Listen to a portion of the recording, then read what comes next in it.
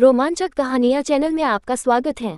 कहानी की शुरुआत होती है रापुंज़ल और यूजीन से, जो तेजी से महल की ओर दौड़ रहे होते हैं। उनके पीछे कुछ सैनिक भी होते हैं जो दरअसल महल के ही होते हैं। जैसे ही वे महल के पास पहुंचते हैं, उनके सामने एक बहुत ऊंची दीवार आ जाती है। रापुंज़ल बिना रुके उस दीवार पर चढ़ जाती है और ऊपर से पूरे शहर को देखती है। वो नज़ारा देखकर वो बहुत खुश हो जाती है। यूजीन उसे प्यार से कहता है, अब बस भी करो, और कितना देखोगी, हमें वापस चलना चाहिए, कार्यक्रम शुरू होने वाला है और कल तो तुम राजकुमारी बनने वाली हो। अब दोनों घोड़ों पर सवार होकर वापस महल की ओर निकल पड़ते हैं, जहां उत्सव की तैयारियां जोरों पर चल रही होती हैं। महल पहुंचते ही एक महिला जो वहां की देखभाल करती है, यूजीन से कहती है कि अब रापुंज़ल का ध्यान रखने की बारी तुम्हारी है। फिर एक बुजुर्ग महिला आती है जो अक्सर रापुंज़ल को यही समझाती थी कि वह बाहर ज्यादा न जाया करे, खुद का ध्यान रखे। लेकिन रापुंज़ल का मन इन सबसे अलग था। वह तो खुलकर जीना चाहती थी, घूमना चाहती थी, आज़ादी से सब कुछ देखना चाहती थी। पर सब उसकी देखभाल के नाम पर उसकी इच्छाओं को दबा रहे थे।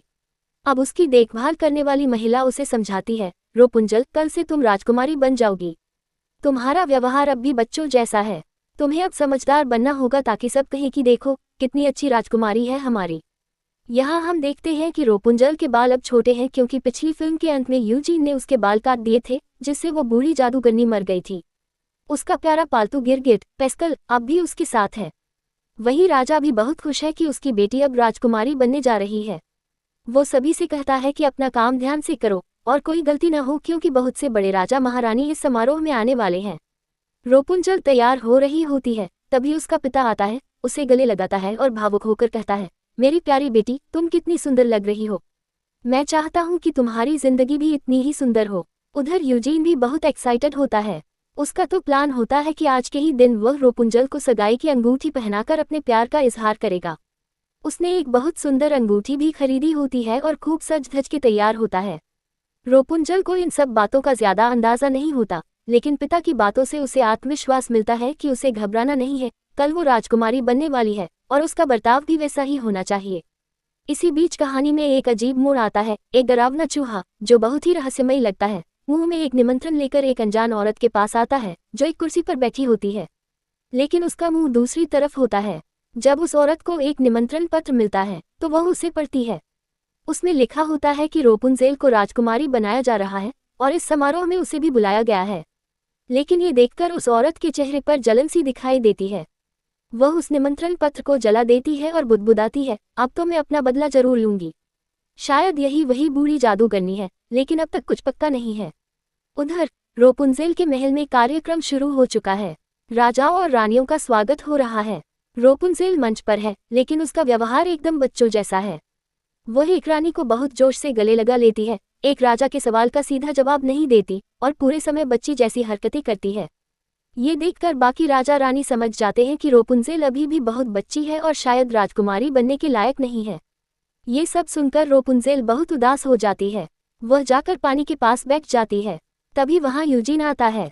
वह रापुंज़ल को समझाता है, सब कुछ अस्थायी है। अगर तुम अभी अपने बचपन को जीना चाहती हो तो जी लो। मैं वादा करता हूँ कि तुम्हारे सारे सपने पूरे करूंगा। दुनिया की चिंता मत करो, मैं हमेशा तुम्हारे साथ हूँ। ये सुनकर रापुंज़ल मुस्कुरा देती है और उसे यूजीन पर भरोसा हो जाता है। लेकिन तभी यूजीन रानी की नाव को जोर से हिला देता है और वह रानी कोई और नहीं, रापुंज़ल की केयरटेकर होती है। वह रापुंज़ल को वहां से ले जाती है और कहती है, अब तुम्हें अगले शहर में लोगों से मिलना है ताकि जनता जान सके कि उनकी राजकुमारी कौन है। तुम्हारा आचरण और व्यवहार शाही होना चाहिए। अगले दिन रापुंज़ल शहर भ्रमण के लिए निकलती है, लेकिन उसके साथ भारी संख्या में सिपाही होते हैं। बेचारी रापुंज़ल राजकुमारी कम और कैदी ज्यादा लग रही होती है। रास्ते में कुछ छोटी बच्चियां बालों में चोटियां बना रही होती हैं। रापुंज़ल को याद आता है कि ये वही लड़कियां हैं जिन्होंने एक बार उसकी भी चोटियां बनाई थी। वह उन्हें मिलने जाती है, लेकिन सिपाही उसे रोक देते हैं। फिर एक महिला बहुत प्यार से एक कपकेक लाकर रापुंज़ल को देती है, लेकिन सिपाही उसे भी मना कर देते हैं, माफ कीजिएगा, बाहर की कोई भी चीज खाना मना है, खतरा हो सकता है। रापुंज़ल उदास होकर वापस महल आती है और अपनी केयरटेकर से कहती है, क्या मैं सच में राजकुमारी हूँ? कहीं से भी तो मैं राजकुमारी जैसी नहीं लगती। न तो आप लोग मुझे जीने देते हो, न मेरे पापा समझते हैं कि मैं अब बड़ी हो चुकी हूँ।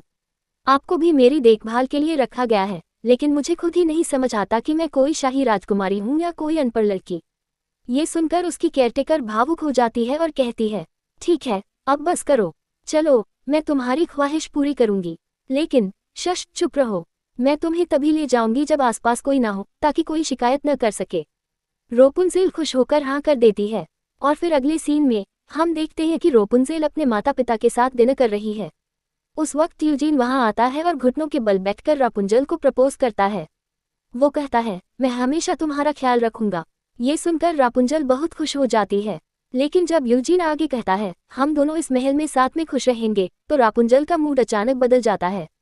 उसके दिल में पहले से यह बात चल रही थी कि वो महल से बाहर जाकर दुनिया देखेगी, और अब यूजीन कह रहा है कि वो महल में ही रहेंगे।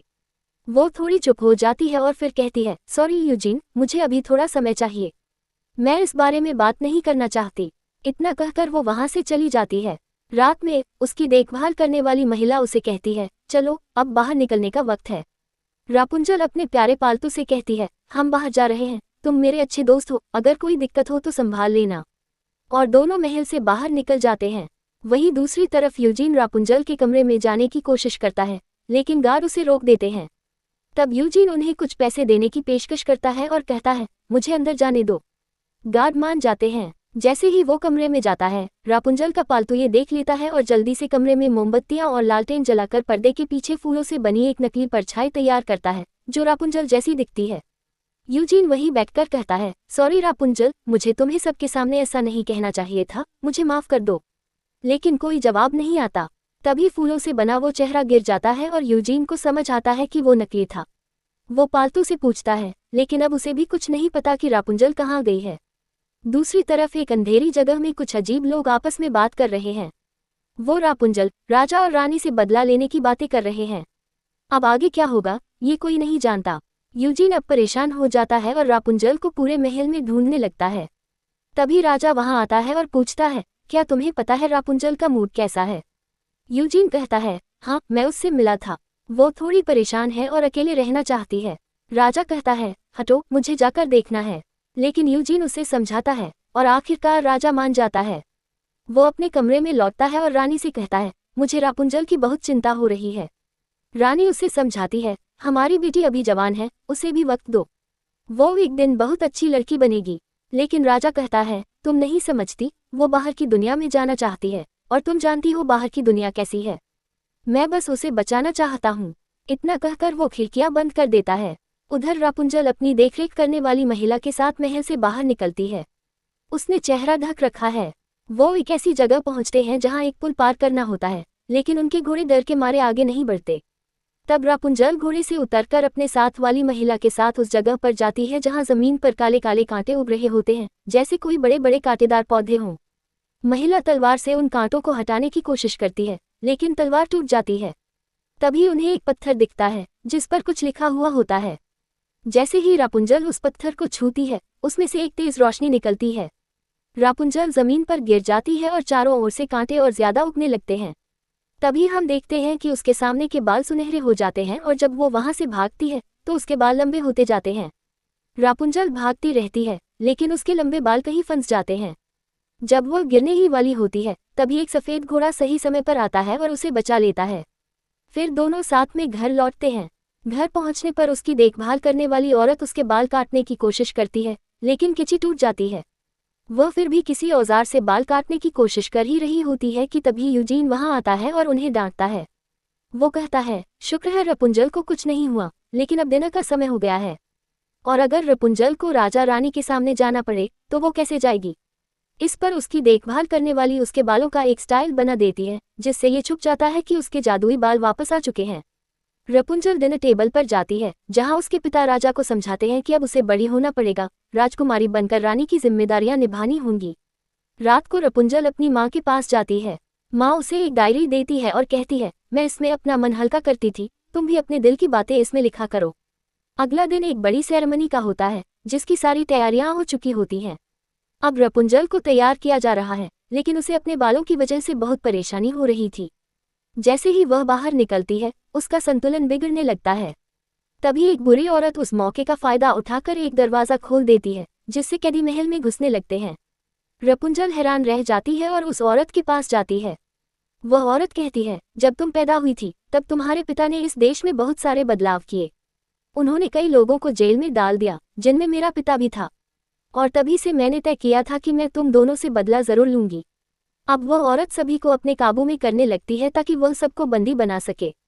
लेकिन तभी रपुंजल अपने बाल खोल देती है और जादू टूट जाता है, सब आज़ाद हो जाते हैं। सभी बहुत खुश होते हैं कि रपुंजल के बाल लौट आए हैं, लेकिन रपुंजल खुद घबराई हुई होती है। इसके बाद रपुंजल अपने बालों की मदद से उस औरत और उसके साथियों को हराने लगती है, और अंत में वह औरत हारकर चली जाती है। जाते जाते वह धमकी देती है, मैं फिर लौटूंगी। इसके बाद राजा रपुंजल को अपने कमरे में बुलाकर प्यार से कहते हैं, बेटी, तू बहुत समय तक हमसे दूर रही। जब तू छोटी थी हम तुझे ढूंढ ही नहीं पाए।